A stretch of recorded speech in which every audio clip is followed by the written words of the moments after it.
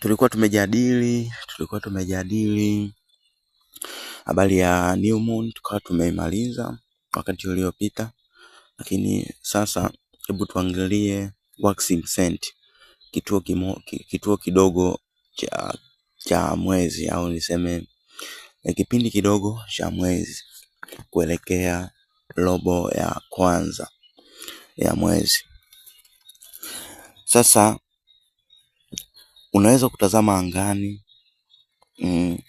Unaweza, kama upo sehemu ambayo labda siku anga halina mawingu, unaweza kutazama angani. Sasa ule uzi mwembamba wa nuru unaweza ukawa umeanza kuonekana sasa. Hii tunasema ni waxing scent. Ni kama kauzi kembamba kanakuwa kameshaanza kuonekana baada ya mwezi kutoka giza, yani baada ya new moon. Sasa baada ya mwezi kutoka giza, ndio hiyo new moon. Kale kipande kembamba kale inakuwa ni siku kadhaa baada ya kwamba mwezi umetoka giza. Kale kanakuwa kama kauzi kembamba. Sasa huo uzi unaweza kuwa umeanza kuonekana baada ya kwa mwezi umeshatoka kwenye new moon. Huu ndo tunasema mwezi mchanga au waxing crescent. Waxing crescent. Sasa tunataka tuangalie ni vitu gani vya kufanya katika kipindi hiki cha kuelekea robo ya kwanza ya mwezi kuelekea full moon. Robo ya kwanza ya mwezi. Nasema kwamba katika ulimwengu wa uhandisi wa kiroho, huo ni wakati ambapo ule utupu wa new moon umeanza kupata msisimko wa kwanza wa uhai. Mbegu ulioipanda gizani sasa imeanza kuvimba. Inahitaji nishati ili iweze kutoa kimelea. Iweze kutoa kimelea chake cha kwanza. Hii ndio hatua tunayoiita kulisha mbegu sasa. Wakati huu ndo tunasema ni wakati wa kulisha mbegu. Mbegu ya kiroho hailishwi kwa maji ya bomba wala mbolea ya madukani. Inalishwa kwa amani tuli na mtetemo wa hisia. Unatakiwa utambue hivyo. Watu wengi wa mtaani hufanya kosa kubwa sana hapa. Wakiona mwezi umeanza kuchomoza, wanaanza kuwa na papala. Wanaanza kujiuliza, mbona bado sioni matokeo mkononi? Na nataka nikwambie, ukiingia kwenye mtandao wa interneti, utakuta kuna tovuti nyingi sana zimeandika habari ya wanaandema moon phases. Tovuti hizo utaona zimetengenezwa sana na mataifa ya kizungu. Kwamba wenzetu huwa wanafuata kalenda za mwezi na sio kalenda za hizo tunazozifuata sisi. Wanafuata ratiba za mwezi. Na ndio maana majambo yao yanakuwa makubwa, ndio maana mambo yao yanang'aa. Ndio maana yanaasili ulimwengu mzima. Ndio maana kila mtu anaona wazungu ndio role models wao. Kwa sababu wenzetu wanafuata ratiba za mwezi. Ndio maana unaweza kaangalia NASA, shirika la mambo ya anga, linatoa taarifa zote kuhusiana na magimba yaliyopo angani, kiwemo sayari, mwezi, miezi ya sayari fulani inaasili kitu gani, kama mtu ni nyota gani, nyota hiyo msimamizi wake ni sayari gani, anatakiwa ajue kalenda ya msimamizi wa hiyo nyota. Tutakuja kujifunza zaidi kuhusiana na hili. Sasa tuendelee na vipindi vya mwezi. Kwa hiyo sasa hapa nimeandika kwamba watu wanakuwa na papala. Mtu anaweza kuwa na papala. Mtu anayekuwa na papala hapa sio yule tu ambaye alikuwa hajui habari ya vipindi vya mwezi. Hata wewe ambaye unajua kwamba nishakwambia kwamba kwenye full moon unapanda, basi kakija kakionekana kama mwezi kadogo, unasema sasa mbona matokeo hayaonekani? Unaanza kuwa na papala, lakini inakuwa haijitulii. Watu wanakuwa wanajiuliza, mbona bado sioni matokeo mkononi unapoona hicho kipande cha mwezi? Papala hiyo ni sumu. Unatakiwa ujue kwamba papala ni sumu. Kumbuka mwezi mchanga una mwangaza mdogo sana, chini ya 25% ya mng'ao wote. Chini ya 25% ya mng'ao wote. Hali kadhalika uumbaji wako katika hatua hii unakuwa bado haujaonekana kwenye ulimwengu wa nyama. Upo kwenye hatua ya mimba bado. Kulisha mbegu maana yake ni kuendelea kuipa alama asili, yani ule muundo uwiano wa asili, yani ambao ndio tutasema nishati ya uhai. Ikiwa utaacha kulisha mbegu, mbegu itanyauka. Mbegu yako itanyauka ndani ya udongo na kusahaulika. Kazi yako kama mjenzi ni kuhakikisha kuwa kila siku mzunguko wa nishati kati ya hekalu lako na ulimwengu usioonekana haukatiki. Hakikisha nishati yako ya hekalu mara nyingi inaungana na ulimwengu usioonekana. Hapo tunasema kwamba haikatiki. Naposema hivi inamaanisha ulitazama jambo lako likiwa linaendelea vizuri. Yaani unakuwa unapata picha yake kichwani kwako kwenye hisia. Huko ndio tunasema unaunganisha hekalu lako na ulimwengu usioonekana. Ndio kazi yako katika kipindi hiki cha waxing crescent. Imani sio kidini. Tunaposema imani hatumaanishi ile imani ya kidini kama unavyofundishwa mtaani. Imani katika uhandisi huu wa kiroho ni uhakika usiotikisika wa kifrequency. Ni uhakika kama vile mtu anayeita jini anajua kabisa kwamba huyu pepo au huyu roho ninapokuwa namuita, nikifanya sheria hii kwa ukamilifu ni lazima aje. Kwa ni ile imani ya uhakika, ile imani ya uhakika. Sio imani ya kubabaisha, imani ya mtetemo ya uhakika. Ni hali ya kujua kuwa kitu kipo hata kama macho ya nyama hayakioni bado. Tunaposema imani tuli, hii ni imani isiyo na kelele. Sio imani ya kupiga kelele au kushindana. Ni ile hali ya ndani kabisa ya utulivu inayosema sheria imeshafuatwa. Hivyo ni matokeo ni lazima. Ni ile hali ambayo inakwambia kwamba sheria tayari imefuatwa. Kwa hiyo matokeo ni lazima. Ni lazima ujiambie mwenyewe kwamba hadi nakiona hichi kitu kwenye fahamu zangu tayari kimeshatekelezeka. Hapa ni matokeo ni lazima kwenye ulimwengu wa nyama. Haya, tunaposema mvuto wa ndani, wakati huu wa mwezi mchanga unapaswa kuanza kuhisi uzito wa kile unachokiumba. Katika na kama biashara, anza kuhisi ile hali ya kuhudumia watu, kwamba sasa ndo unajipanga kwamba duka langu hapo hujaenda kufungua hapo. Bado hujaanza kufungua duka langu, nitakuwa nahudumia watu namna hii. Nimeshaweka kitu fulani pale, nitakuwa nahudumia kwa staili hii. Mteja akija namhudumia vizuri, naongea naye vizuri. Mteja mkorofi namjibu hivi.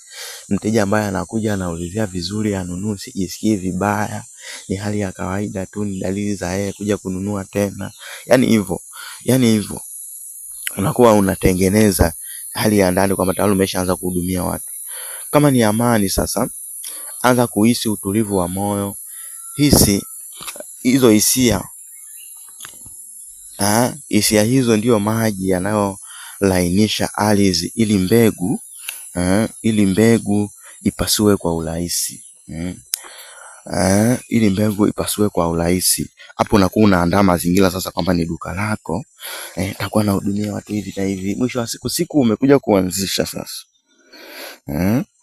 Siku umekuja kuanzisha. Na siri ambayo nikwambie, kwenye new moon tunasema tunapanda, lakini jinsi mwezi unavyoendelea kuonekana ndio ishara ya wewe kuanza kutoa ile jambo kidogo kidogo kutoka kwenye ulimwengu wa giza, kuanza kulionyesha sasa.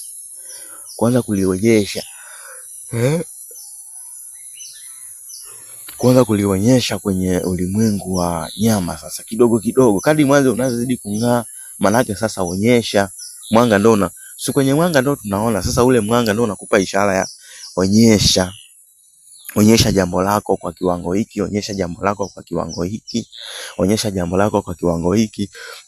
Ukifika full moon unaanza tena kurudi ndani ya hekalu lako. Unaanza tena kujitafakari wakati unaelekea kwenye giza. Unaenda kulitafakari hilo jambo, unaendelea kulitafakari, unaendelea kuingia ndani sasa kwenye hekalu lako, kuendelea kuzama, kulitazama tena. Ndio tunachojifunza hapa.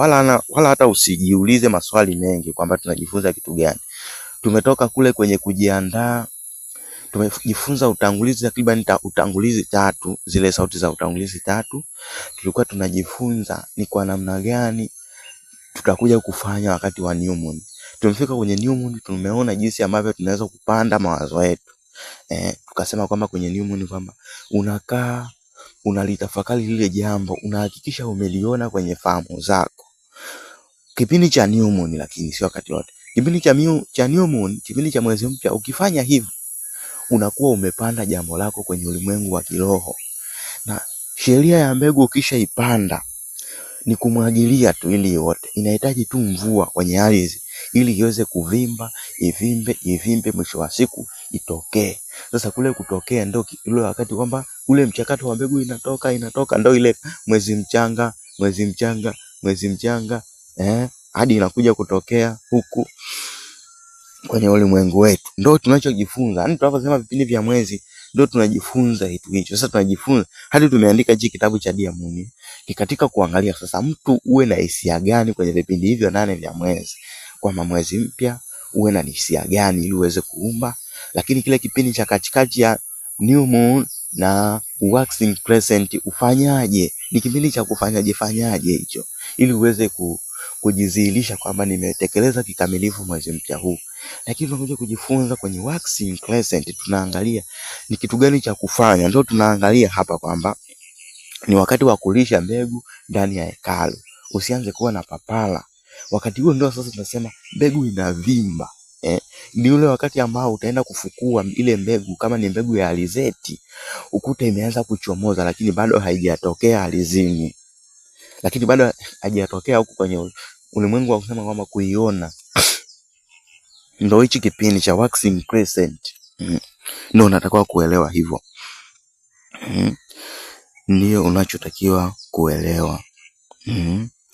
Ndicho unachotakiwa kuelewa. Sasa tunasema hapa ndipo tunatumia teknolojia ya ndani ya mwanadamu.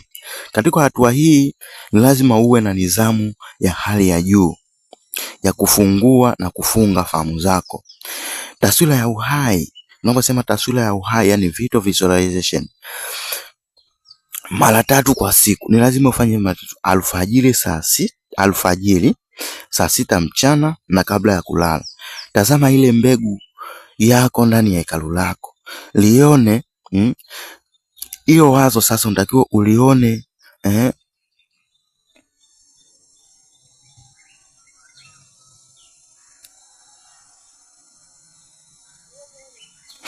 unatakiwa sasa uhisi kama kale kakipande kauzi ka mwezi kamesha ingia ndani, kanaupa mwanga hiyo wazo lako.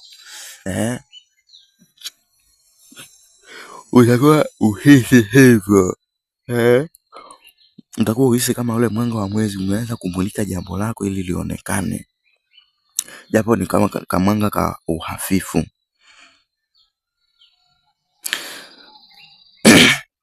Unatakiwa uone kama kimelea kidogo cha kijani kikianza kuchomoza. Kama ilivyotoka kukuambia tu kwamba lazima uone kama mbegu ile sasa imeanza kuchomoza, ila bado haijatokea juu alizini. Ndio hapa kipindi cha waxing crescent kwa tunaendelea kusisitizana. Kumbuka mimi niko na kitabu cha Dear Moon, nafanya kama audiobook sasa ili mtu uweze kuelewa. Ili mtu uweze kuelewa. Ni kitabu ambacho kitakuwa na gharama kidogo. Kukipata kwako kutakuwa na gharama kidogo. Lakini sasa katika kufundishana hivi tunafundishana bure kwa namna hii. Lakini tunasema kunyamaza kwa mshindo. Katika kipindi hiki cha mwezi mchanga, adui yako mkubwa ni shaka ya watu. Usiwe na shaka watu watasemaje, watakuonaje. Na usipende kumwambia mtu habari zako hizi ambazo bado hazijachomoza. Ukimwambia mtu ambaye hana hekalu lililotulia kuhusu ndoto yako katika hatua hii, atakukatisha tamaa kwa sababu yeye haoni kitu. Mwindaji halisi mawindo yake mbele ya mbwa mwitu ni lazima uwe mkakamavu na uone ushindi. Ni lazima ulinde siri yako kwa ukimya mkuu. Ni lazima uithamini. Jinsi unavyozidi kuithamini ndio thamani yake yenyewe. Hicho ndio kiwango cha thamani ya jinsi unavyozidi kuthamini. Tunasema matamshi ya mamlaka. Sasa hapa tunaangalia ni kitu cha tatu cha kulisha mbegu ndani ya hekalu lako. Tamka maneno mafupi yanayothibitisha uhai wa mbegu yako. Uumbaji wangu unapumua, au nuru yangu inalisha structure yangu au muundo wangu. Tamka ukiwa peke yako mbele ya kioo chako cha siri. Ukiwa mwenyewe kwenye sehemu ambayo ndio tunasema ni madhabahu. Kwa mtu mmoja nilikuwa namwambia madhabahu. Madhabahu ni sehemu ambayo unaenda unakuwa unatafakari majambo yako.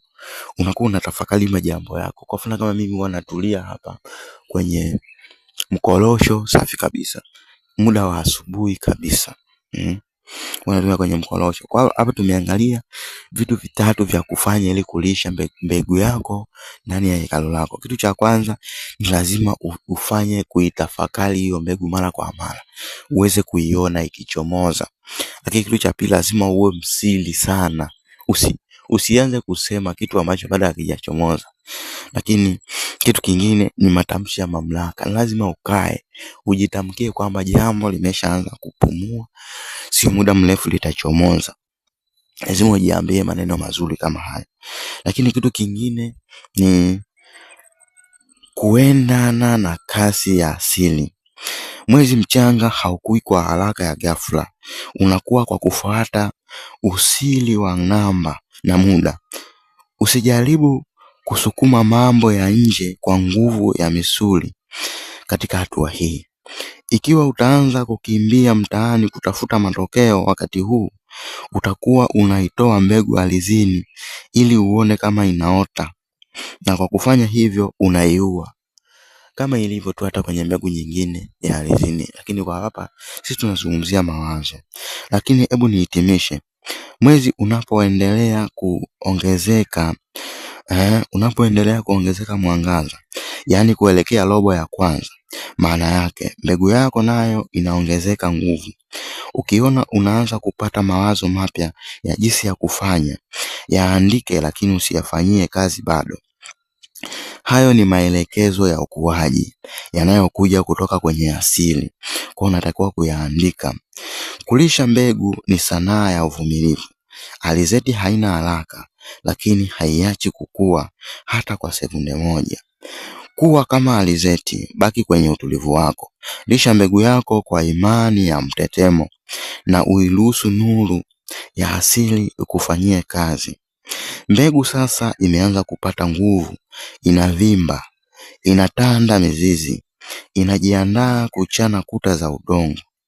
Baki kwenye imani, maana kishindo cha kuzaliwa kinakaribia. Sasa tumemaliza kipindi cha waxing crescent. Tutakuja tuendelee na kipindi cha wax